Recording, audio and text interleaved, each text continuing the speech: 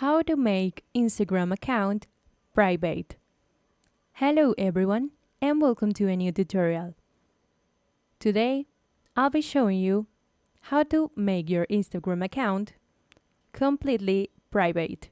To do this, first tap on Instagram app and log in. Once here, go to your profile at the bottom right corner. Now go to the three lines at the top right corner and go to settings. Once here, go to privacy, and as you can see, the first option is private account. Enable this option and now tap on change to private account at the bottom. And that way your Instagram account will be private. And that's it, guys.